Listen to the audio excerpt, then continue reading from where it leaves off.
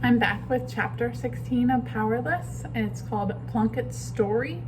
Remember at the end of the day when his grandma died, Daniel was like, I'm going to go see her and Plunkett again and get his story. So here it is. Well, if it isn't the little fanboy. What can I do for you today, Mr. Corrigan? I'm sorry, Mr. Plunkett, said his fat nurse, scurrying after Daniel. The little creature just pushed past me and ran.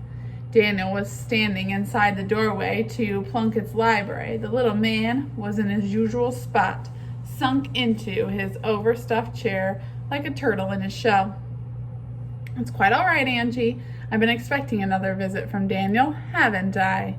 Daniel reached for his backpack and undid the zipper. Plunkett made no move, but he watched Daniel with a wary fascination. Daniel plopped the comics from the treehouse down in front of Plunkett. Then he tossed the old man's drawings down next to them. You can go now, Angie, said Plunkett, his eyes only glancing at the bundle of sketches in front of him. Thank you. Angie shot Daniel one last dirty look and then turned on her heels and walked away. I get it, Plunkett, Daniel said after she was gone, and I'm here to tell you that it's over. I don't want to play your silly game anymore. Plunkett was quiet for a moment. Then he looked out into the open hallway behind Daniel. Close the door, he murmured. The door was mostly glass, so anyone outside could see everything that was going on in the reading room. But Daniel still felt uneasy about closing off his only escape. Still, he did as he was told. After all, he was here to put a stop to all the attacks. So, we're dropping pretenses, are we? The old man sighed. You stop pretending to be wide-eyed comics fan, and I stop pretending to be a doddering old fool. Good. That will make all this much easier. Plunkett pulled himself down from his chair with a resigned groan. Though my mind may not have gone soft, I'm afraid that my body has. I'll tell you, kid, it's a drag getting old. He shuffled over to a tea cart that had been set up near the reading room's bay window. Care for a cup? He asked. Daniel said nothing. Plunkett winced in pain as his bone creaked, and his hand shook slightly as he struggled to pour the tea without spilling it. He seemed so infirm, so fragile, that Daniel found himself wondering if he wasn't crazy for being here. Daniel had seen the creature that was preying upon the children of Noble's Green. He'd felt its dark power face to face, its strength. This tiny man was barely strong enough to pour a cup of tea, but somehow Plunkett knew about the shroud. He'd drawn it years before Daniel or any of his friends had even been born, and the most convincing evidence that the old man was involved in all of this was the fact that Daniel felt it in his gut. Maybe it was something in Plunkett's manner that made him suspicious. Maybe it was simple kid's intuition, but Daniel was sure that the old man was more than he seemed, and Daniel was sick of the lies. I saw your man at my house after the funeral yesterday. I recognized him from the last time I was here. Plunkett cocked his head. My man? The one who wears the nice suits, the guy with the beard. I assume that he's your bodyguard or whatever, and you sent him to my house to spy on me and my friends. Plunkett surprised Daniel by not responding immediately. The man normally seemed tickled with his little game playing, but now he apparently was gently confused, and perhaps a little anxious. When he spoke next, he seemed to be only half talking to Daniel, more interested in some inner argument he was having with himself. Well, I'm sure I don't know what you're talking about. There is no such gentleman in my employ. It's true that I have eyes and ears throughout Noble's Green, but none of them match that description. Plunkett sniffed and rubbed his hands together. The matter was apparently settled. He went on. I was sorry to hear about your grandmother, though. Believe me when I say she was a special person. You knew my gran? Daniel asked, cautious. I've lived here a long time. I know a lot of people. It's a strange thing to outlive everyone you know. Plunkett's shoulders slumped and he got a faraway look. in his eyes as he sipped at his tea. For a moment, Daniel actually felt sorry for this old villain, but then he silently reminded himself who he was really dealing with and what the man had done. Plunkett recovered. "Now then," he said, wiping his eyes on his sweater sleeve, "on to business. You found him, have you?" Plunkett didn't wait for Daniel's answer. Instead, he clapped his hands together as if he just won a prize. "I wasn't sure my clue would work, but I figured that if you were a detective worth your salt, you'd eventually figure it out. I've been holding on to those drawings for many, many years, and I was loath to part with them, but it was the best way to make sure you were ready." "Ready for what?" asked Daniel, struggling to sound less confused than he really was. "Why, to battle the Shroud, my boy."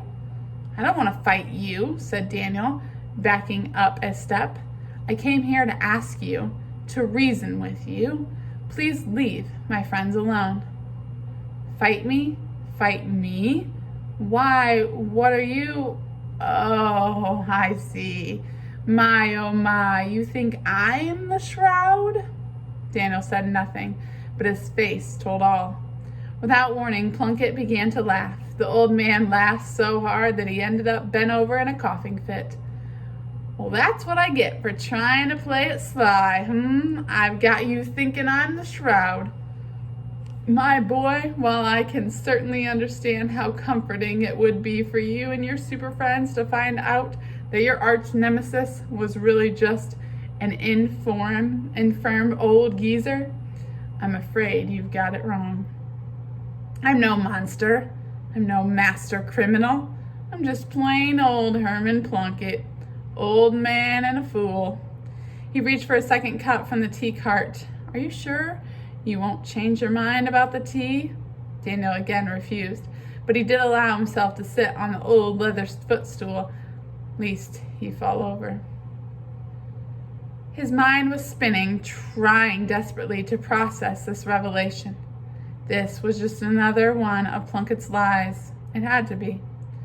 "Why, I should believe you," asked Daniel. Plunkett smiled. "Why not?" "Because it's easier to believe that I'm really a menacing creature that preys on the innocent children of Noble's Green, stealing their powers away in the night." But, said Daniel, "if you're not the Shroud, then how do you know about my friends?" "I said I wasn't the Shroud, Daniel. I never said I was stupid." Plunkett wobbled over to a cabinet against the back wall of a reading room and opened it to reveal a wall safe set into the dark wood. He spun the dial a few times and the safe opened with a pressured bop. He withdrew a black leather briefcase. "Here," he said, placing the case in front of Daniel. "Take a look." Daniel flipped the lid open and saw stacks and stacks of laminated newspaper clippings, web articles, reports. They were all written within the last few years and all dealt with the same thing: unexplained, miraculous occurrences within the sleepy little town of Noble's Green. There were also pictures of every one of the supers. This was a whole file on Daniel's friends. It's all there if you have the eyes to see. Your friends act as if they can go about their business and no one will notice. But over the years, people have noticed, Daniel. You've been spying on them? I'm a very wealthy man. I have the resources. Finding the right people to get me information was never a problem. Oh, I rarely use the same person twice. A private detective here, a little bribe there. I didn't want anyone else to get the whole picture." Daniel couldn't believe it. It was all here. Pictures of the treehouse, of Rohan and Eric, Louisa and Molly. Of him, even. "You had no right," Daniel said. Plunkett looked indignant and hurt. "You know, if you would just listen, you might end up thanking me. All this time that I've been investigating your friends, I've also been protecting them. I've spent a lot of money bribing the right law enforcement officials to close certain cases early or to ignore certain reported sightings. I've got half the cops in this town convinced that the Air Force is using Mount Noble to test our secret aircraft. And I've got the rest thinking that your kids' supernormal activities are just the pranks of bored university students. But there is only so much that one man can do, and an old one at that. Believe me, it's been a full-time job keeping up with your friends. What? So you expect me to believe that you are doing all of this out of the kindness of your heart? Plunkett hobbled back over to his chair. He scratched his shriveled bald head and sighed. Funny you should mention it, he said. 3 years ago, I was driving along a back road near the mountain when I suffered the first of what would turn out to be several heart attacks. I lost control of the car and wrapped it around an oak tree. When I awoke, the car was on fire. I couldn't move. I was so weak that I could barely speak, and I was about to burn alive. Then someone tore the door off the car and lifted me to safety. He didn't open the door, he tore the metal door off the car. Despite the smoke and the flames, I saw the face of my Savior that day, the face of a little boy. Eric? Said Daniel. Plunkett nodded. Others might have dismissed what they saw as a hallucination, but I, Plunkett gestured to the sketches on the floor, well, I've always believed in the impossible. It took me a long time to recover. While I was recuperating, I became obsessed with discovering the identity of my Savior. I hired men and I began to follow the clues. I soon realized that there is something wondrous going on in Noble's Green, just like in my comic books. But there is also something terrible. Plunkett reached into the briefcase and pulled out a black envelope from the bottom of the pile. Go ahead, he said. Open it. We both know what you're going to find. Trembling hands, Daniel peeled back the flap and pulled out the glossy photo within. It was a hazy picture, almost a shadow. But the shadow had a shape and a name. The Shroud, whispered Daniel. So now I have a question for you, Daniel Corrigan, said Plunkett, his eyes wide. How is it that a creature from my imagination, a thing I drew to scare children over 60 years ago, is preying on the children of Noble's Green today? Daniel had no answer. He was speechless. He had been sure that Plunkett was the Shroud. He had been sure that this was all just some game of cat and mouse. But now, as he looked at the little old man in his chair, holding a cup of tea with paisleyed hands, he saw something he hadn't expected to see. Herman Plunkett was afraid. Why are you showing this to me? Asked Daniel, frustrated. Why did you give me those sketches in the first place? If you're not the Shroud, then what do you want from me? I gave you those sketches because I'm a coward. When you came to see me, I didn't know what to think. I panicked. So I played the fool for you. I hoped that you would see the sketches as a clue. And from your reaction, I'd know whether I could trust you or not.